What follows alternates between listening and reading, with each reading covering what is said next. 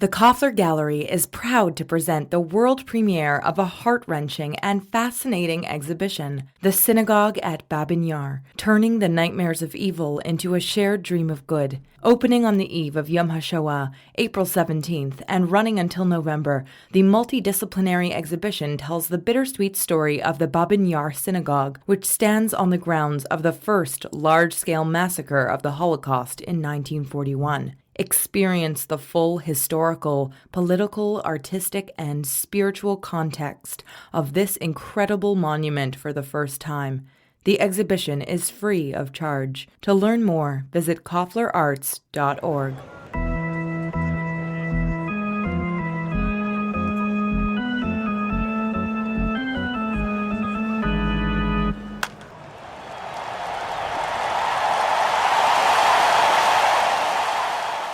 Hey everybody, welcome back. We're the Benchwarmers. Your look at the world of Jews and sports. I'm Jamie. I'm here with my co-host Gabe. Gabe, how you doing, buddy? I'm doing very well, thank you. We've got a sick household, and I say that in the medical sense, not in the rad skating sense.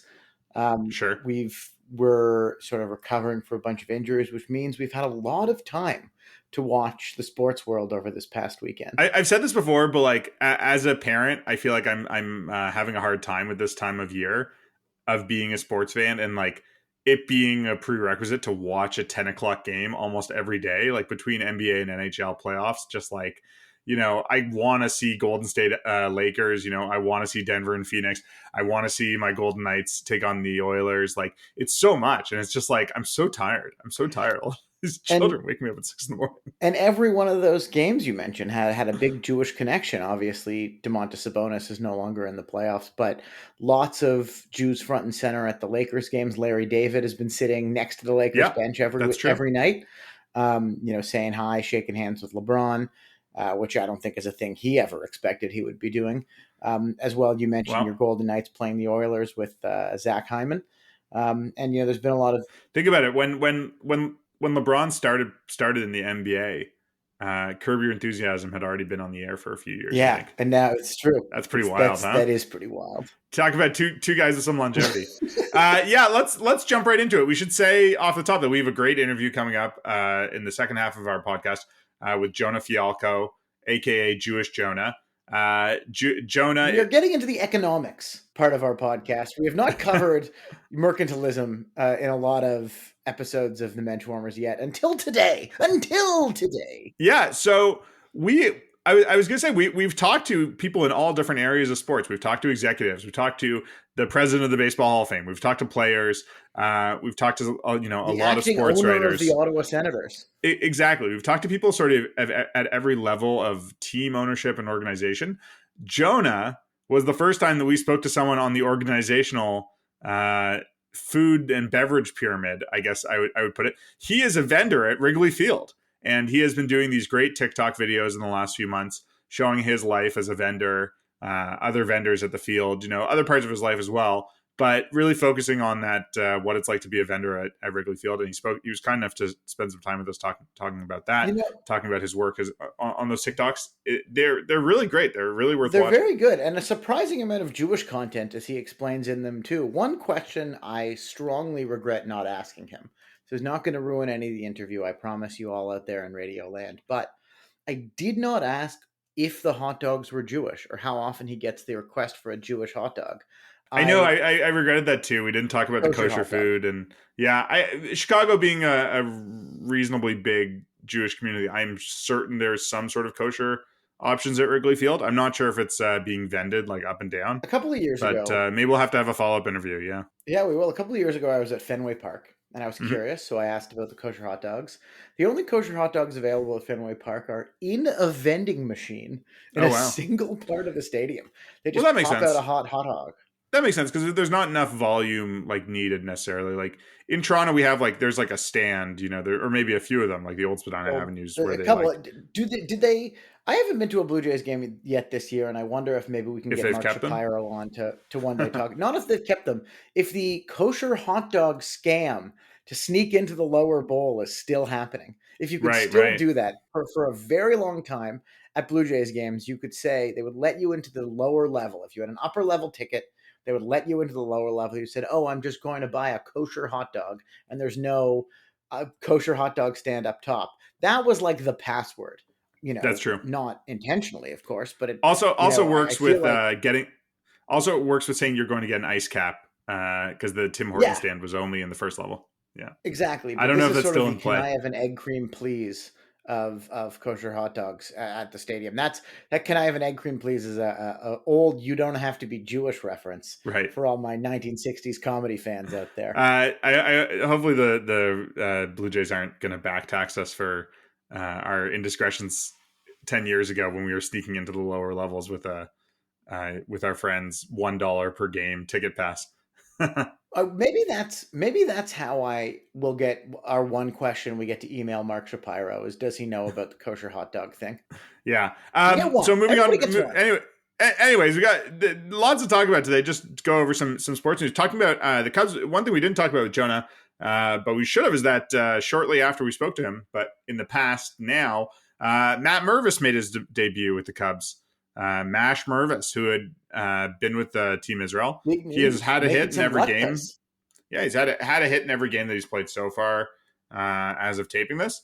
I think he's probably going to be a regular fixture for the team for the time being. He's 25 years old. Like, this is like you get your shot. This is his time.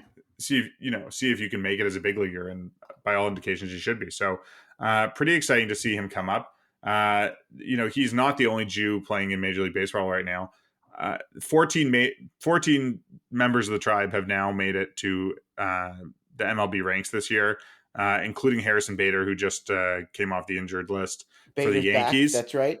It's did pretty. you see interesting thing Bader did recently? He did a segment going to Jewish delis in New York with Marcus Samuelsson, right? Who is not Jewish, but no, as Swedish. he visited some Jewish delis in the Bronx, he's Swedish. Yes, he took Harrison Bader with him. They didn't really mention much that Bader was Jewish, but it was nice that they brought the Jewish guy instead of Anthony Rizzo to a Jewish deli. Yeah.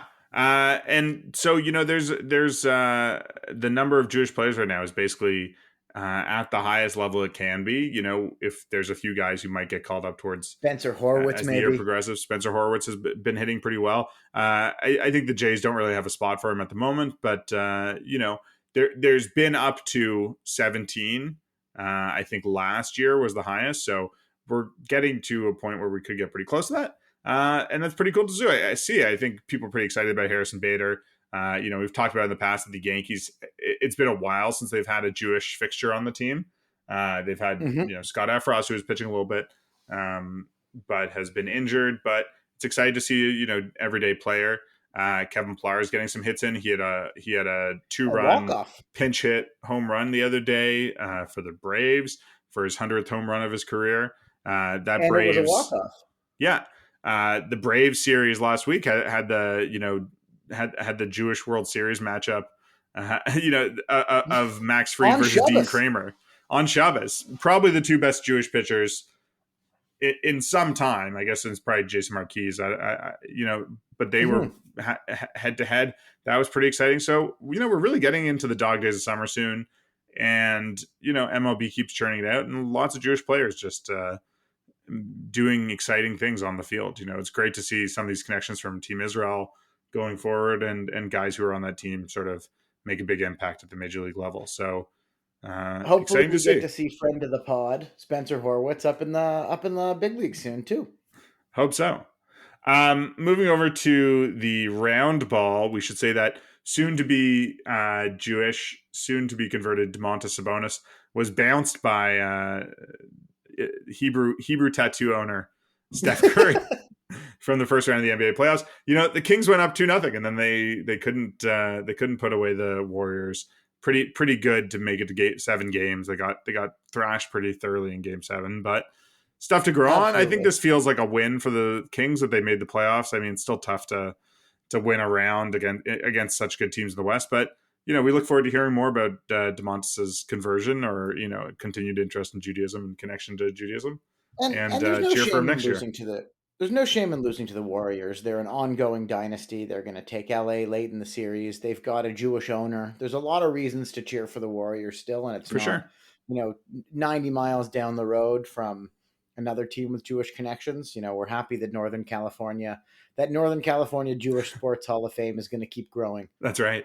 And speaking of Jewish owners, something happened just last night as we're recording this, which is that recently installed Suns owner Matt Ishbia got into a bit of a tussle with Denver Nuggets. I called it bogus. Small bogus. Two-time MVP Nikola Jokic, which was that basically what happened. If you haven't seen the clip, a Suns player, I can't recall who, sort of flew out of bounds with the ball into Duran. Was it Jaron Duran? Into sort of Ishbia's lap.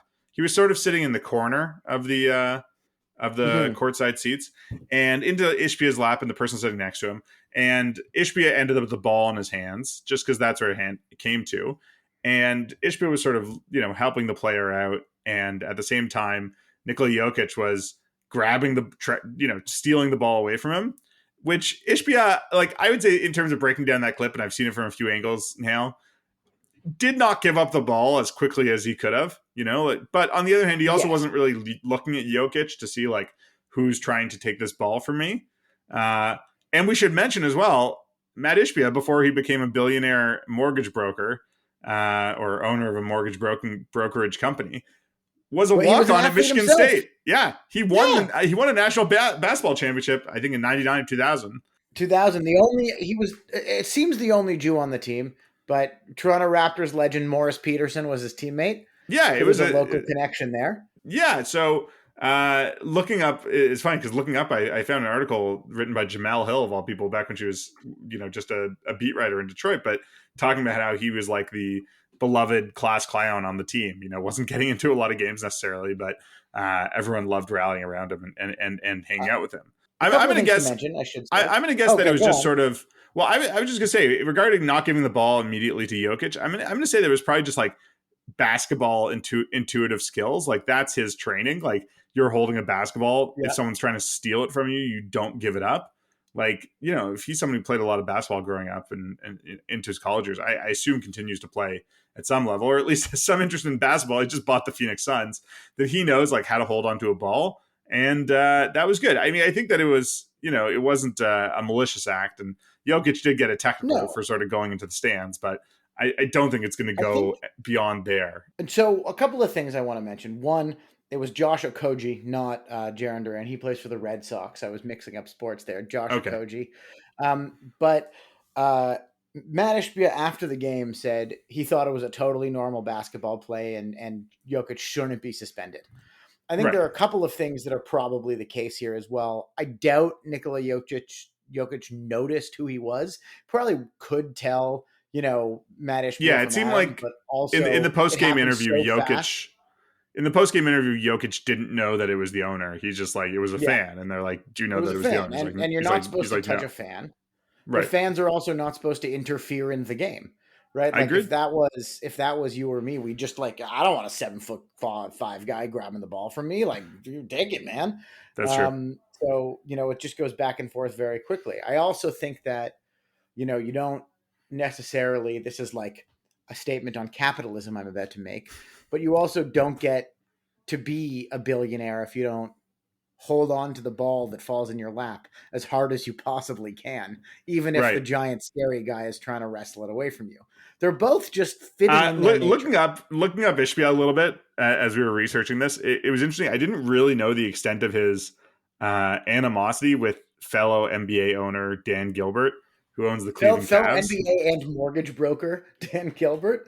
Yeah, so and we should say Gilbert's also Jewish. He's been the owner of the Cavs for a long time, probably 25 years or so. But I think they just had competing Great Lakes, Midwest regional mortgage companies, and it's that's where the animosity stems from, which is very funny because it's one thing to not like a fellow owner because they voted for the CBA and you were against it, or they wanted some rules change you didn't want. But Gilbert was the one abstention. The league was desperately trying to get the team out of the hands of Robert Sarver. And they have to approve the new owner coming in. Matt Ishbia made a nice offer that was the biggest offer there was, and it was all of the other owners who voted. It was 28 owners approved of him taking it over, and Dan Gilbert was the one abstention. Like, Yeah, not going to make a difference, but just like, I'm not voting for this guy. We don't get along. I just think it's hilarious. Like, there's a lot of there's been hate, there's been like attack ads back and forth. It's crazy. What Ishbia did is actually very controversial and potentially illegal, and there's like a lot of debate over it. He very famously, followed Northeast business, and I'm sure people would know this, but I think I'm not mistaken, but he refused to work with any bank that also worked with Dan Gilbert. Right. And that's how he did the competition. He said, to every money lender, you're either working with him or you're working with me. So that cost both of them. It cost Gilbert a lot of money, who was the bigger one at the time, but also made Ishbia a lot of money.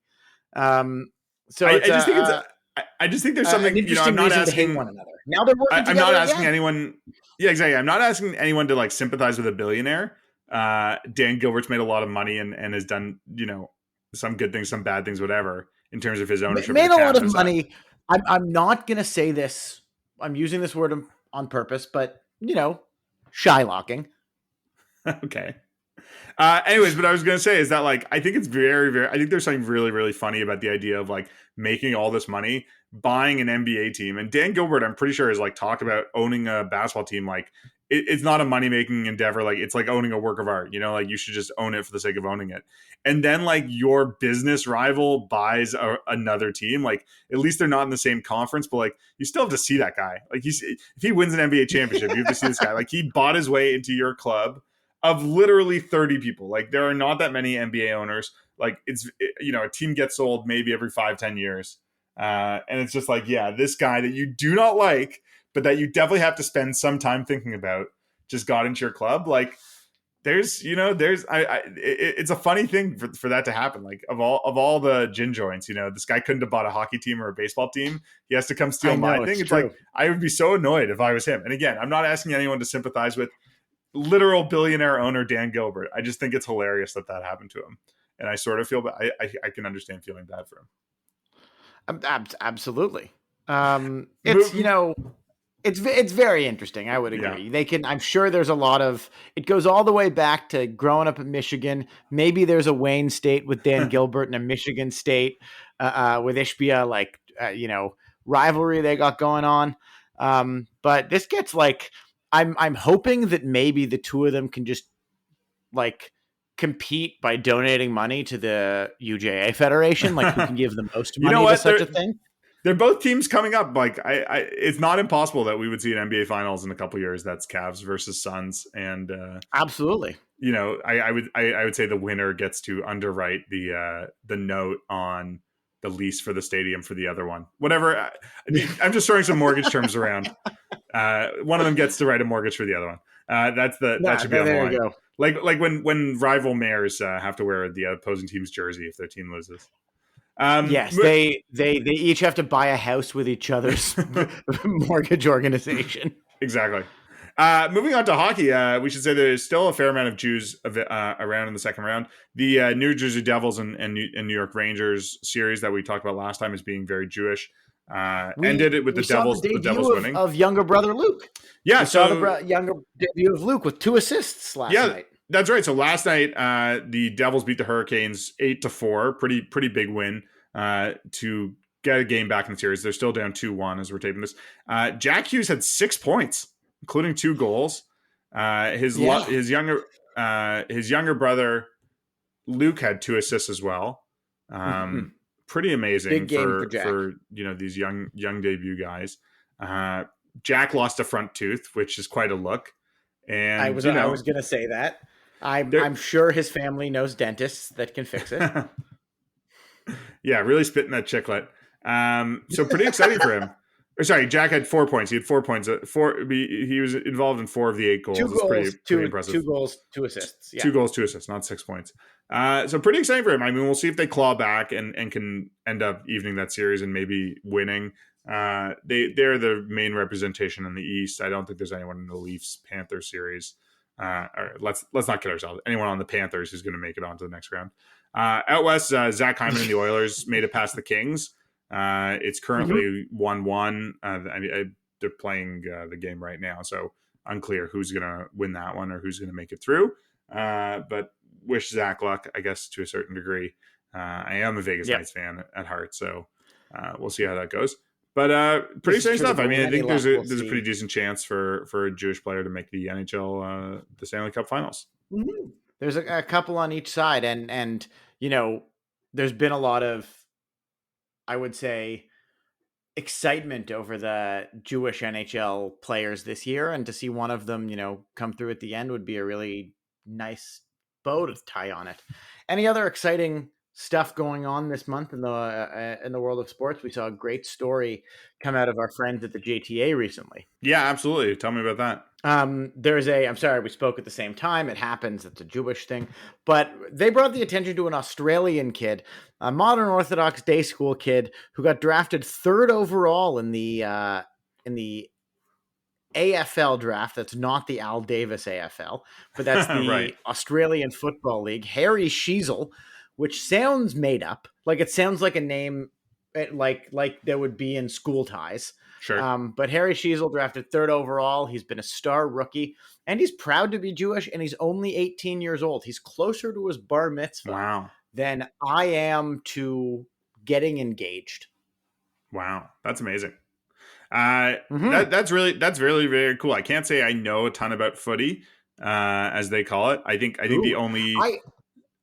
the most prominent Jewish interaction with Aussie rules football previously was when it was in the Judd Apatow movie Funny People, where Adam Sandler and Seth Rogen watch it with Eric Bana. I think that's probably the previous version of it. I've seen a lot of AFL highlight compilations that mostly involve people getting hurt in funny ways, but haven't. Yeah, it's a pretty violent sport. It's like Yeah. rugby style violence, more or less, but like Yes. more so. And a lot, but with basketball sized and shaped people. Wow. Yeah. So hopefully so Harry Sheezel, which again sounds like an Australian swear word, can succeed in this weirdo down under sport, and I'm excited to follow it now. We have a reason to. Yeah, absolutely. So it would be exciting to talk to someone there. I'd like to just move on, take a break. Gabe, anything else you wanted to mention just in terms of news, things going on in the world of choosing sports before we get to our interview? We've heard news from PGA Tour golfer Daniel Berger, who has had a back injury that's kept him out from almost a year. He's been posting some videos of his swing, looking good. Looks like he's fishing on the boat, hanging out with his dogs, but nearing a return to playing. And we're excited to follow him, through the summer. He was up around 20th in the world when he got hurt. So with any luck between him and Max, we'll see some maybe a Jew in a major this year. Yeah, that's right. It's been almost a full year since Berger last played. Speaking of golf, Max Homa, who are our favorite Jewish golfer, tied for 8th at the Wells Fargo. He had won last year, so not a bad result, obviously, coming up to the PGA. And I wanted to mention, Gabe, that we've talked previously about our partnership with BetStamp, which is a great app that allows you to compare different wagering sites within Ontario. It'll allow you to compare all the different ones in Ontario. You can line shop for the most profitable odds across all the different sports books. You can sign up to BetStamp using our promo code Menschwarmers, and allows you to let them know that we sent them your way. So I looked up the odds for Max to win the PGA Championship, which is the next major coming up. And it is interesting. It is interesting to see that between the different sports books that are available here, you can get odds as good as 35-1 and as relatively bad as 25-1. So you can see, BetStamp gives you that information and sort of shows you in practice. I think it works really nicely for things like golf futures, where the odds are usually going to be somewhere between, even for the best golfers in the world, like 5 or 10-1. That there's a whole 10-1 range here in terms of what's available. That if you're gambling at one sports book, it's 25-1. At another sports book, it's 35-1. That makes a huge difference in the long run if you're doing this. So cool to see those sorts of things on BetStamp. Tom Watson used to say when he woke up in the morning, he didn't have any idea if he was going to shoot 65 or 75. So if you were to apply that to the BetStamp context, you wake up in the morning and you don't know if you're going to get 25-1 or 35-1 on Max Homa, but they're the service that lets you figure that out. That tells you absolutely that. You're not stuck in that. It's a great way to optimize your infotainment. So yeah, if you're interested in getting the best deal on your gambling dollar, Check out Betstamp app on the Apple iOS Store, Google Play Store, or through your browser at betstamp.app. You can access all those benefits and sign up using the promo code Menschwarmers to check out the best odds that you can get in Ontario sportsbooks. We're going to take a quick break, and we'll be back with our interview with Jonah Fialko.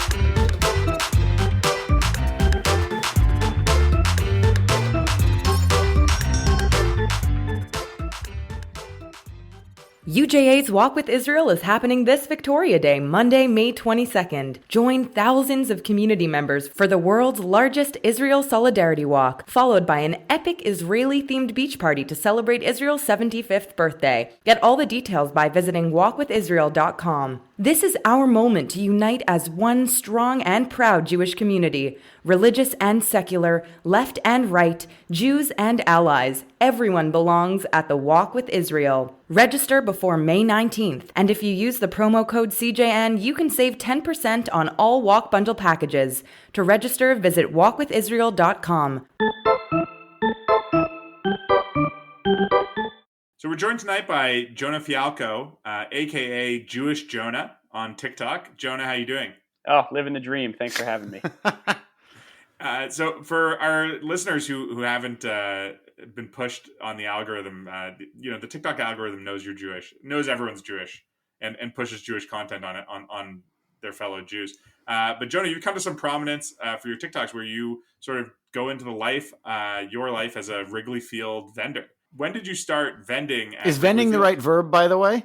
Vending is the correct verb. You can also use the term hawking. That sounds anti-Semitic. Which is slightly, maybe a little bit. I generally go with vending, although there are multiple types of vending. We don't really get into that. I'm a seat vendor, but I've been working as a vendor since the summer of 2015. So when I was 18 years old. So you were there for the World Series? Oh yeah. Luckily, joined right in time for the new era of the Cubs team with Bryant and Rizzo and Baez and Contreras. It was the perfect time to start vending. Is that the youngest you could be, or are there vendors in high school kids who take the summers to vend?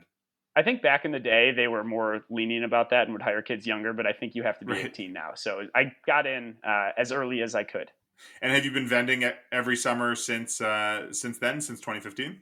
I have, aside from the 1 year that COVID had no fans. I was unfortunately sitting on my couch watching the 60-game baseball season. But right when minimum capacity came back, I was part of the 25% allowed into the ballpark and was selling hot dogs to the people again. So yeah, I've been doing it every summer since. So take us through a little bit. Let's go back a little bit, maybe pre-bar mitzvah.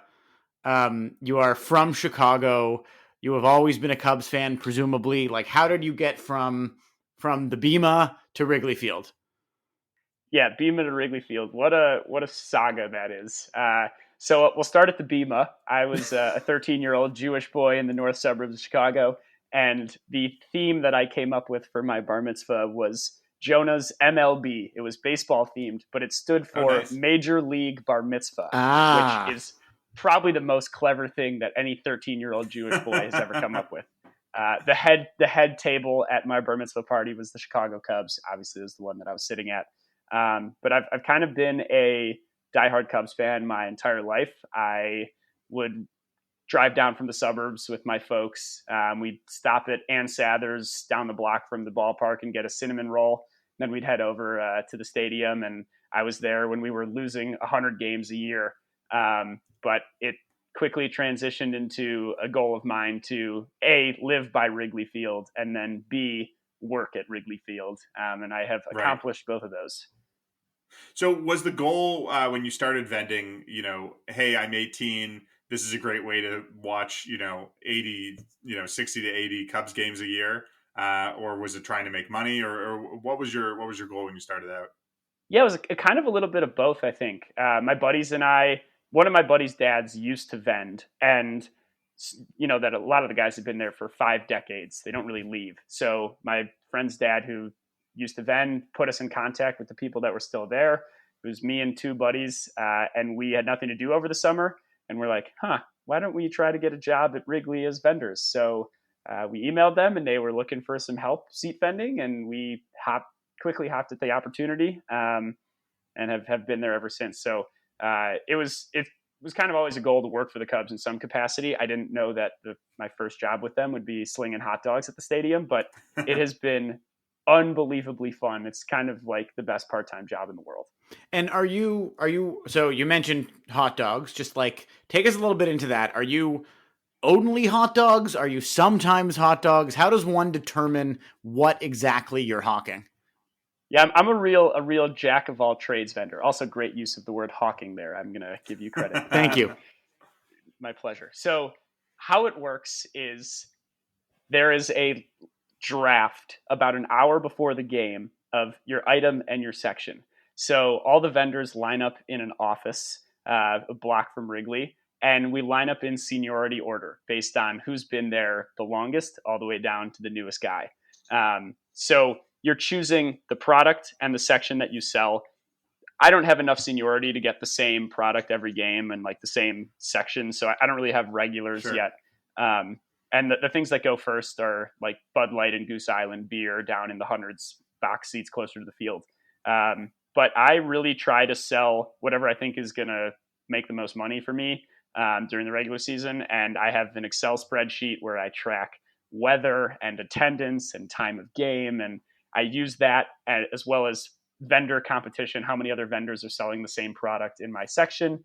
And then I have about 5 seconds to kind of analyze all this data. And I point to the sheet and I say, I'm selling hot dogs down the third base line in the 200s, or I'm selling Goose Island upper deck down the first base line. So that's kind of how the draft works. Cool.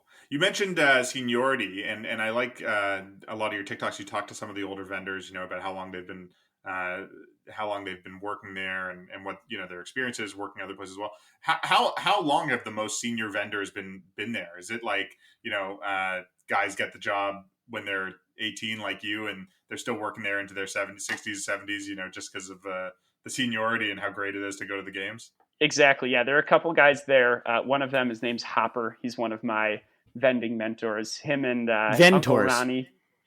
Ventors. One of your Ventors. Like I got to bring that to them. They're going to find that hysterical when I see them on Friday. So there's a couple guys who have been there 60 years. Wow. Roger is the oldest current vendor. He's 77 years old. Wow. So yeah, I mean, these guys really never quit. You either you start and then you do it until your grave. And I hope that I will be one of those people. I will be vending as long as I'm physically able. Do you? Well, I guess I can understand it being at Wrigley. They had to keep going until they saw the Cubs win a World Series. And that's just. And then you've already been doing it for 40, 50 years. You might as well keep going. Yeah, you got to stick it out at that point. Do you think you got your World Series win early, but now you got to stick it out another, hopefully not 100 years until the next one. Listen, if I could make it to 118 years old and we get another one, I will hopefully be selling. Who knows what it'll be down the road? It'll probably be holographic hot dogs at that point. There's something NFTs very of hot dogs, very baseball romantic, and I wonder if any other, if it works like this. We, where we live in Toronto, we have the Rogers Center, formerly known as the Sky Dome, which is now one of the oldest parks in baseball, being 35 years old. That counts as like a vintage ballpark now. But, you go back to a place like Wrigley where it actually feels like you're going back in time in the 1950s, and the vendors are actually from that era too. Not just the seats, not just the uniforms, but the vendors as well. It's very romantic. It is totally romantic. It's hard to not be romantic about baseball. And I think that the Cubs have done a really good job like modernizing Wrigley Field, but keeping that nostalgia of the old days there. And I know the Rogers Center, didn't they just get like a $300 million renovation? Oh yeah. It's like a EDM show in there. Just for reliever introductions, it's like the lights go off and like there's strobe lights. Like it is a party. I love that. And the dome amplifies all the music. Totally. That's true. When the dome's open, it's not a bad park. When the dome's closed, like coming out of a 1:00 game on an April Sunday into like blaring sunlight, and you've just been like stuck inside for the last 3 hours, can be a bit disconcerting. But when the dome's open in the summertime, it's a great place to be. Yeah, I've actually been there before. Not quite as lovely as. Oh, you've been to the dome. Great. Oh yeah. What was the occasion? I'm on a journey to see every MLB stadium. So I went with wonderful. A couple of my buddies. We were on a road trip up to Montreal, and we stopped in Detroit and then in Toronto. But we saw a Stephen Pierce walk-off grand slam, which was pretty cool. Hell yeah. We absolutely remember that. There were 2 that year, but it was There were 2. It Okay, was there's a fun story about that. So we were either going to stop there on the way to Montreal or on the way home from Montreal. One of them was a Thursday, one of them was a Sunday, and of the games we were looking at. And Stephen Pierce hit a walk-off grand slam in both of them in the same week. So no matter what, we would have seen a Stephen Pierce walk-off grand slam. That's amazing. We were as shocked as anyone. I mean, he was like, a quintessential role player for. Hey, World Series MVP. And, that's a World Series MVP we're talking about here.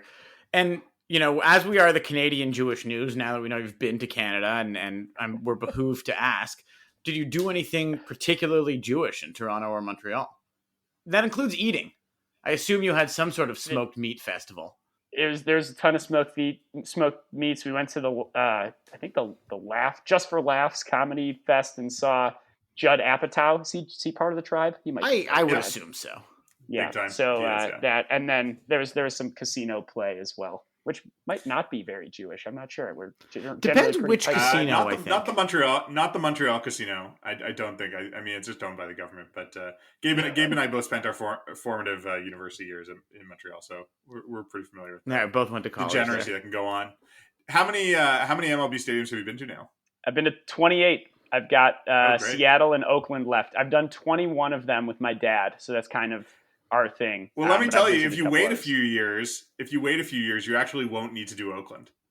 I want to do Oakland. It's like you want a to dog. Do it before it goes, yeah. It's like a dog that's so ugly that it's cute. I think that's kind of my vibe that I get from there. But I'm actually trying to plan. So here's a great. This is very timely.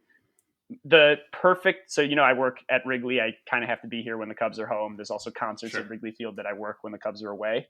The perfect trip that we're trying to take out to Oakland and Seattle this year is right over Rosh Hashanah. And my dad and I are having a little bit of a debate. And I'm like, Dad, I will literally celebrate Rosh Hashanah with you. We will go to services on Saturday morning in Seattle. And we're having a little debate back and forth about if that's kosher or not. He's a little uncomfortable about it. I would love to have that experience, but I'll keep you guys posted on what the ultimate decision is. Please do. Yeah, tell your rabbi that we approve. We have no halachic authority, but we are 2 Jews. Like, we're at least 2 guys. So we're giving you authority on this one. And if any of our listeners are in the Puget Sound area, can host Jonah for a Rosh Hashanah feast. Larry Stone out to see the Mariners. That could be a big selling point if we had like an actual festive meal to go to during the day on that Saturday before we catch batting practice out at the Mariners Stadium. Got to set him up with Larry Stone. He's the we had him on. He's Jewish sports writer from Seattle who covered the Mariners, covered the Storm. He's the guy. I think he's the president of the Baseball Writers Association of America. That's a good Jewish networking thing. You could say like, Dad, it's a baseball trip and a Rosh Hashanah trip. I think that the bigger sell might be that his name is Larry Stone, and my dad would be like, all right, he's one of us. Yeah. We're he's the guy. So look, I want to get back to the older vendors. Are you the only Jewish one? Oh, no. It is mostly Jewish, actually. I wouldn't say mostly. It's there's a good presence of Jews there, for sure, especially the old guys. A minion? Back in the day, it was full minion? Oh, we could have 4 minions probably. Wow. On any how many vendors? How many vendors are there total? More than 100, right? Yeah, there's probably like 150 employed, and I don't know how many show up every game. We have like minimums that we have to hit during the season, but there's a good number for sure, and there were a ton on opening day and for some of the big games. But in terms of Jews, I mean, we could fill probably the 5 or 6 rows of the synagogue congregation room. Nice. So yeah, there's a good amount of us. Very cool. Are we talking like the synagogues with set up folding chairs or like the wooden pews? It's a good question. I'm going to have to do some analysis. That's some deep synagogue discussion. Get back to you, yeah.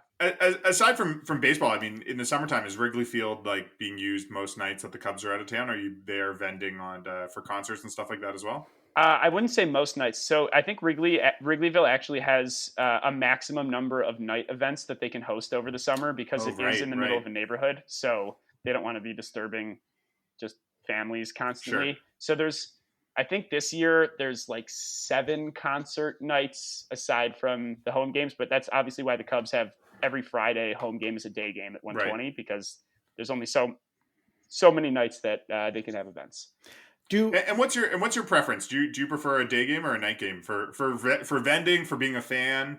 However you want to take it. Oh man, I for vending I like day games because we get an extra inning to sell alcohol. So for day games at Wrigley, last call is the end of the 8th inning, but for night games it's the end of the 7th inning. And with this new pitch clock, it's obviously affecting concession sales because there's less time to eat and drink. So that extra inning is huge for us. I'm also hoping that people start to realize if they get up and go to their seats or go from their seats to go to the bathroom or to a concession line, they might miss more of the game now with the sped up pace of play. Mm-hmm. So my message to all you fans is let us do our jobs. We will bring you your food and drinks. Just stay seated, watch the game, and we'll come to you. So just to stick on that, has everyone felt that like the pitch clock has eaten into your guys' ability to sell a little bit? Like the time of each inning is a little bit quicker, has it affected things a little bit? Yeah, it's hard to tell right now because like the weather isn't amazing. So it's not like you're constantly selling right now anyway. So I think a lot of the older guys, if it's not like a great night to sell, they kind of enjoy the pitch clock so we can get out of there a little quicker. But I think once the June, July, and August day games come and it's a great day to sell beer, I think that's when people are going to start feeling it. Hopefully by then people realize that if they get up that they'll miss more of the game and want to just stay sitting in the sun with a cold beer delivered from us. But it'll be interesting to see kind of how things progress this season. I've been to one game at Wrigley Field. I spent most of it looking at and taking pictures of Reed Johnson. If you remember Reed Johnson. Of course I remember Reed Johnson. Cubs and Blue Jays legend, was my favorite baseball player at the time. Nice little beard, tan glove. Exactly. Bald. Right? Very bald. The thing I remember, the thing I remember most about Reed Johnson is I think he led the league in hit by pitch one year where he had like 26 and the next highest was like 12. And he just he just stuck his elbow out all year and just kept. The Cubs love guys like that. Anthony Rizzo took over that title for us. Right. Just soon after. Grit. Got that will to win. Got that dog in him. I recall the amount of beer drank. We sat in the right field bleachers. And the amount of beer drank it was a Saturday afternoon, by just like your average Joe. Like people were buying, cups of beer, but they were buying enough to fit in like a cardboard tray that the vendor would fill with beer and just pass down the aisle. It was very impressive. You can't get away with that in Canada. Yeah, I can imagine. They've got those beer bats now. Have you seen those? No, what are those? No, wow. We have a souvenir Cubs beer bat that holds 26 to 28 ounces of beer. You take the souvenir bat home with you, but it's open at the top. Yeah.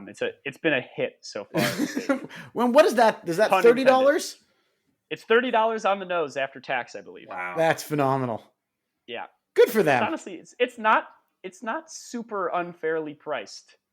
In my opinion, it's because you get the souvenir. They sell at the Sky Dome you can buy an entire bottle of wine that comes with a couple of glasses, and they serve it because they do concerts there too. They serve it in a carafe shaped like a guitar. Oh, That's clever. We've got carafes that have a Cubs logo on it that we sell with glasses for concerts as well. But I don't know if we do that for games or not. We might. Just like the wine bar. So Jonah, we were introduced to you, as we mentioned at the top, through TikTok. Like the algorithms work because if they're lining up Jewish content creators, sports fans, all that. What inspired you to start making your own content, making TikToks, using that to reach out to people? Yeah, that's a great question. I think for me, it's just kind of like the whole idea of making people feel more connected to Wrigley Field, and I love sharing the story about a job that I'm obsessed with and a team that I love and coworkers that I love. And there's just so much history behind it. And there's a couple books that some of my older vendor colleagues have made about vending. But my goal was to really try to digitize those stories and bring them to more of a wide scale basis. And the TikTok and Instagram algorithms have kind of picked up real quick. And it's been incredibly fun. the older vendors now are getting recognized from my TikToks, like at the stadium. Oh, that's great. People are asking me for my autograph. It's been a wild month. But for me, it's just kind of like a way to honor the guys who have been there and share their story and really just give like an inside look at vending, because everyone knows what a vendor does, but I'm trying to provide this unique lens on what a day in the life of a vendor looks like. And there's some exciting things coming down the road, I think, for this content series. But it's been an incredibly fun month, and people have been super, super positive about it. So I'm really just having like the most fun time, and so are the older guys, which is a blast for me too. And why is it important to identify yourself as Jewish, Jonah? Like, can you tell us the story behind that? Like, I particularly, Jamie's, maybe a different story, but like, I don't pass. Like, people know I'm Jewish right away. I don't need them to identify. But like, you've made that decision. Why? Yeah, it started when I was 15. It was my Twitter handle, just because I thought it was funny and good. It was a good acronym. Yep. But for me, like, it's a little bit ironic because I feel very passionate about like being connected to Judaism and my Jewish ancestors, and I love the traditions. Sure. But from a religious aspect, like, I'm not super religious anymore. Obviously, I got bar mitzvahed, but I've actually been having a kind of a debate with my mom a little bit about why I'm keeping it, and like the state of where things are in anti-Semitism right now. But for me, it's just like, I'm proud to be Jewish, even if I don't really believe in the religion. Like, I think it's important to kind of keep my name. And I didn't want to change my Twitter handle. And that's when I made my Instagram and TikTok. It was all Jewish Jonah. And now people are coming up to me at Wrigley and they'll be like, "Hey, it's Jewish Jonah." So it's been really fun. And I'm planning on sticking on being a proud Jew on social media. I think that's great. Jonah, I just wanted to ask you one more question before we let you go. I seen a lot of your TikToks where you have vendors do their calls, calling out for hot dogs, you're rating other vendors' calls and stuff like that. So you've talked about having a spreadsheet, keeping stats on this.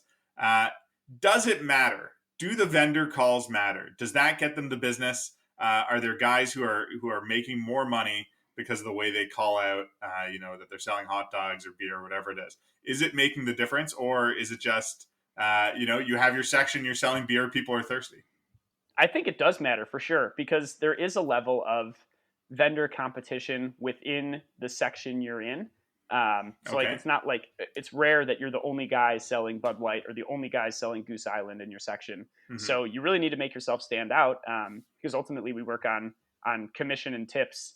And like Mark, the singing vendor, he does very well with the fans because he's such a personable guy and so clever with his call and all of his beer songs. But I actually think it does matter to get people's attention, first of all. And then it's just a way to like kind of break the ice with your interaction with a fan. And for me, it's like those really small interactions, those 30-second to 1 minute interactions that I have with hundreds of fans every game. It's really fun for me. And I kind of try to ham up my calls so it kind of breaks the ice and shows my character a little bit before I go and sell to them and we have a conversation. So that's great. When you're on the other side, when you're the fan and you're at 28 of your stadiums so far, you're in Toronto, you're in New York or whatever, and somebody walks by, yelling at beer, do you whisper to whoever you're with, like, I wouldn't have done that? Like, that's so 100%. Bad strategy. 100%. I am judging their calls. Sometimes even externally, and other times I praise them to their face. That was a great call. Sometimes I learn from them too. That's great. So was there like a code word you could be like, well, I'm a hawker too, and then they nod? Is there like the Jeep wave? Is there like a vendor nod?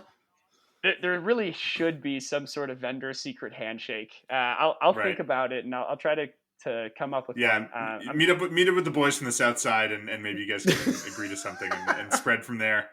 I'm in. I'm actually going out to LA for my cousin's wedding, and I'm going to go see a White Sox Dodgers game. And I think I'm going to start making some content at other stadiums of rating Dodger vendors' beer calls. So in a month or so, be on the lookout for a video like that. Hey, if you're ever in Toronto, let us know. We'll show you our favorite vendors, and then you can decide if they're good or not. That sounds great. You'll have to give me the ones that are ready for an interview and some FaceTime.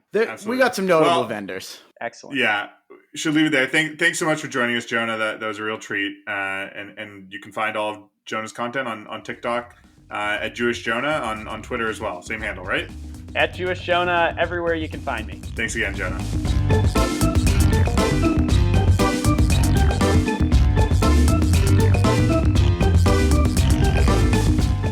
Thanks, Jonah, for that really fascinating and engaging and surprisingly Jewish story about Chicago ballpark vendors. It reminded me a lot of sort of a classic episode of NPR's Planet Money podcast. Right. Believe it or not, one of the inspirations for the Menschwarmers, where they go deep into the story of vendors at the Boston Red Sox games at Fenway Park. And there's a lot of similarities with the draft based on seniority, with the different sections, with the different discussions, including a vendor who made a spreadsheet similar to the one that Jonah told us about. So Right. maybe he was inspired by that episode, saw some tricks of the trade, some tips, like he said, he gets from other vendors at other ballparks. Hearing that episode, we're happy to learn more about the vendor story and hear what Jonah has to say. So thanks a bunch, Jonah, for being on our show. And we'll be following at Jewish Jonah on TikTok, on Twitter, on Instagram for, I guess, as long as these platforms continue to exist. We don't talk a lot about our inspirations. I don't know exactly what they are. I would say the grandfather of all podcasting is the movie My Dinner with Andre.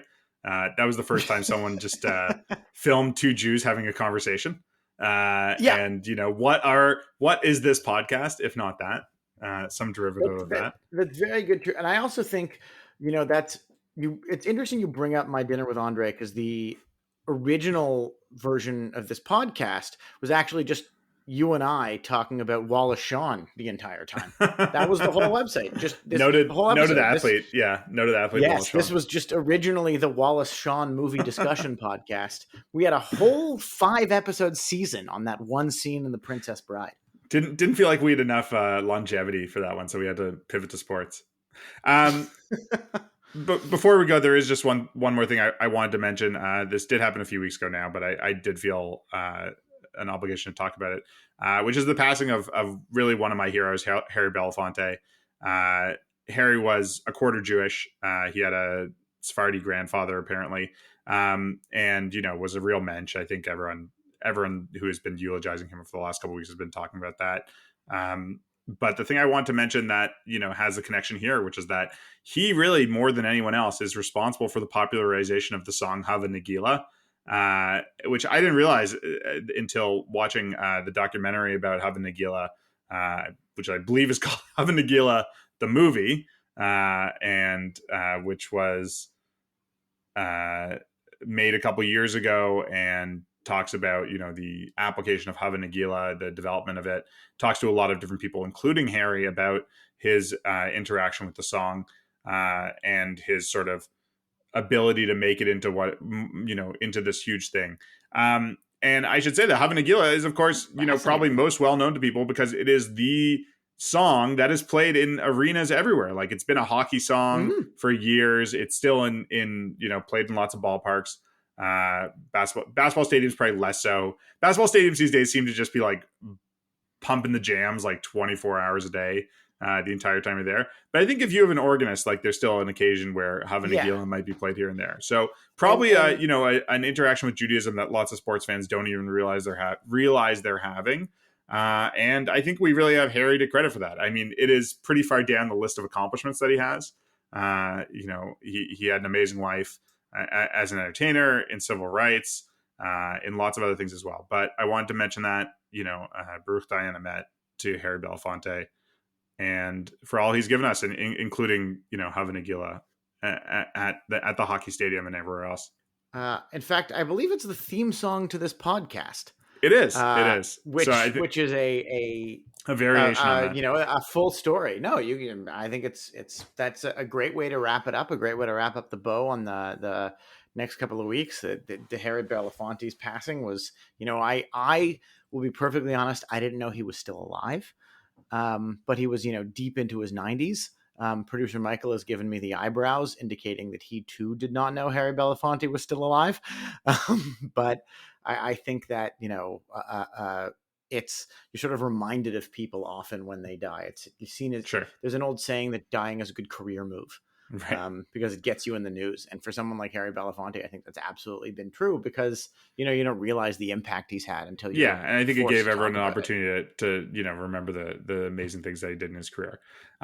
So again, just thought it was worth mentioning. Yes. Hava Nagila, part of our theme song as well. And we have Harry to thank for that. So until next time, as always, we're produced by Michael Freeman and the Canadian Jewish News. You can find our podcast at thecjn.ca. You can subscribe to our podcast on whatever app you're listening to this on. If you don't have a podcast app on your phone, please ask one of your children and they will show you how to do that. Or you do have a podcast app on your phone because you're young enough not to have children and understand how to subscribe to things, in which case we don't need to walk you through it. Please do so. And maybe if any of your friends or parents or family leave their phone on a table or on the bus, or if you happen upon a phone on the street, just go into the app and give a subscription. Maybe a 5-star review as well. Yeah, we're still kicking around on Twitter until our Blue Sky invite comes through. You can follow us there at Benchwarmers until further notice. Thanks again for listening. Please pass this podcast along to your nieces and nephews, and we'll see you next time.